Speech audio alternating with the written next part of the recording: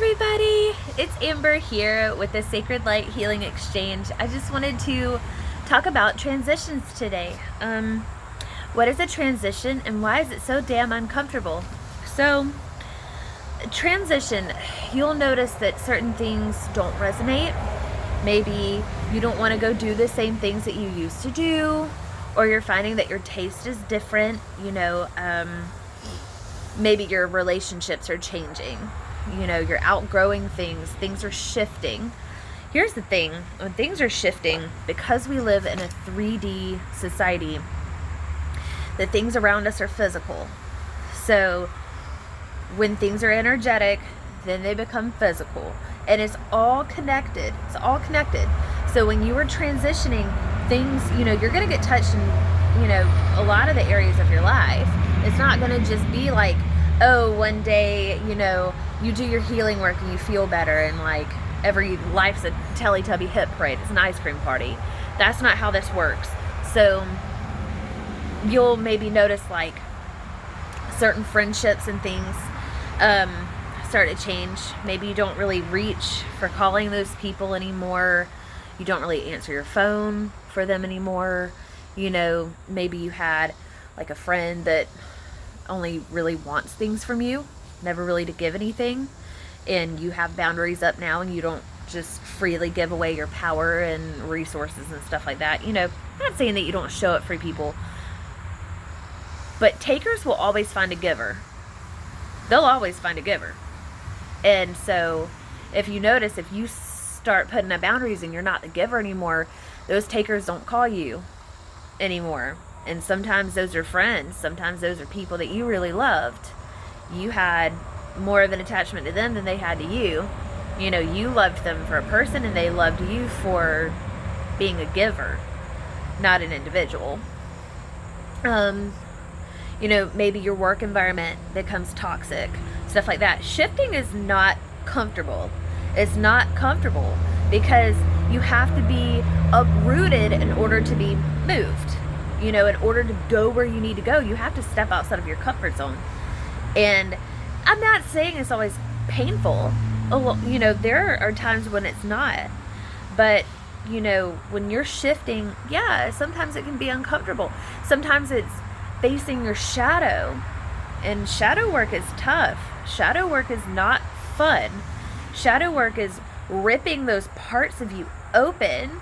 Those things those wounds that they're scar tissue. That's not healed. It's scar tissue. And I don't know if y'all have ever experienced scar tissue, but it hurts. Scar tissue is painful. I've had 3 kids. I have scar tissue. With each birth it got worse. Yay, United States healthcare. That's so negative sounding, but it's also true. So, it's both.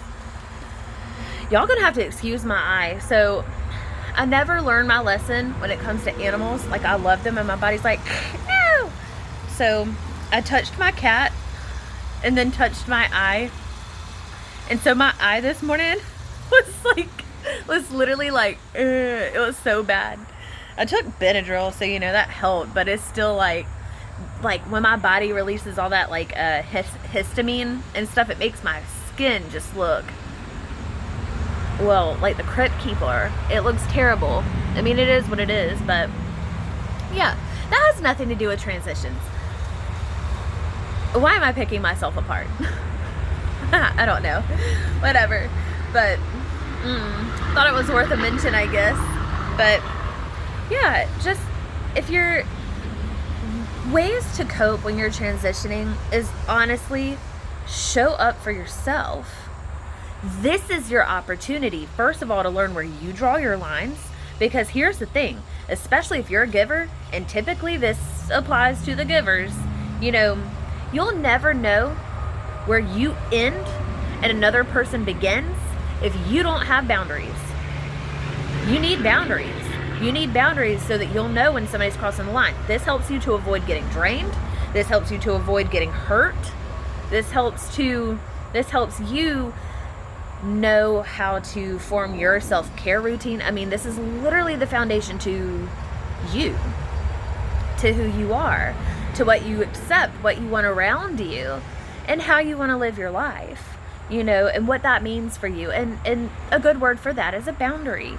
So, your self-care, you'll start learning how to take care of yourself, you know.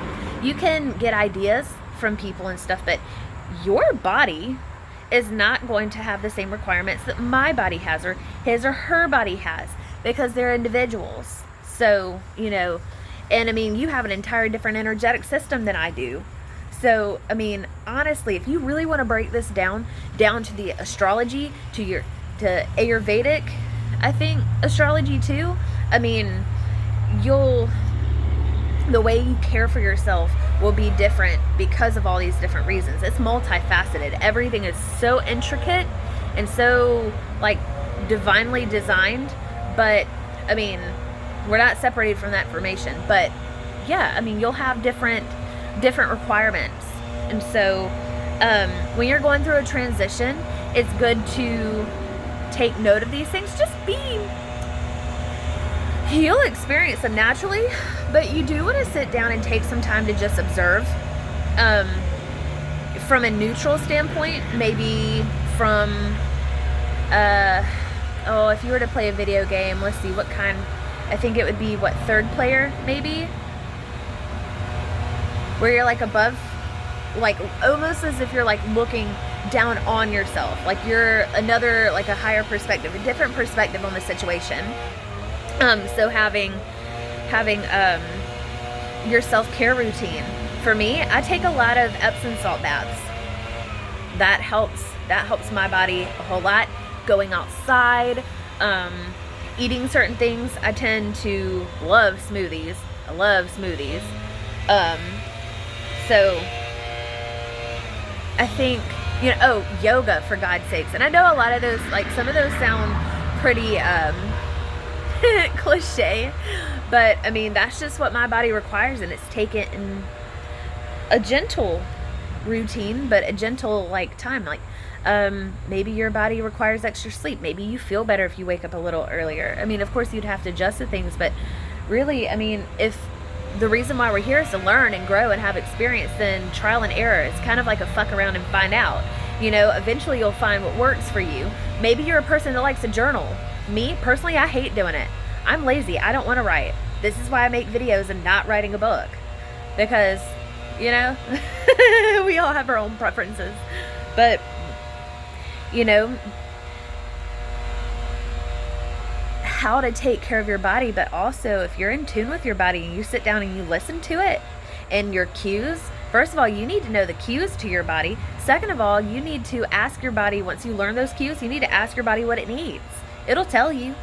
It'll tell you what it needs. It'll tell you if it needs extra fiber that day or extra sleep, or, you know, maybe a comfortable pair of shoes. Maybe it's the day where you don't put on your Spanx and you just let yourself, you know, be comfortable, you know. So, I mean, being gentle with yourself, especially while you're going through a transition or an awakening or something, being gentle, being understanding, just allowing yourself to be human.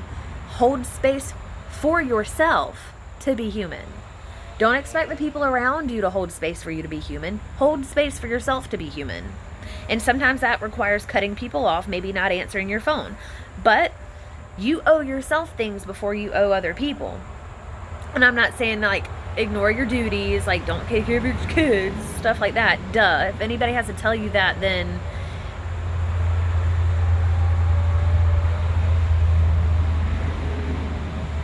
it's not going to be me, because it's not going to come out nicely. I ripped the Band-Aid off, I think. I don't know. Nobody should have to tell you that, I guess. I mean, really. But, yeah. So, I mean, a transition is a beautiful thing. It's not always comfortable. We didn't come here for comfort. We came here for growth and progress and, you know, to keep moving forward. But you don't have to, there's no gold medal at the end. You're not racing anybody. So just being gentle on yourself, loving yourself, genuinely loving yourself. And if you don't do that, then learn how, a little step at a time. even shuffling your feet is moving forward. Taking one step and then resting is still moving forward. This is, like I said, it's not a race. There's nothing at the finish line except for your growth.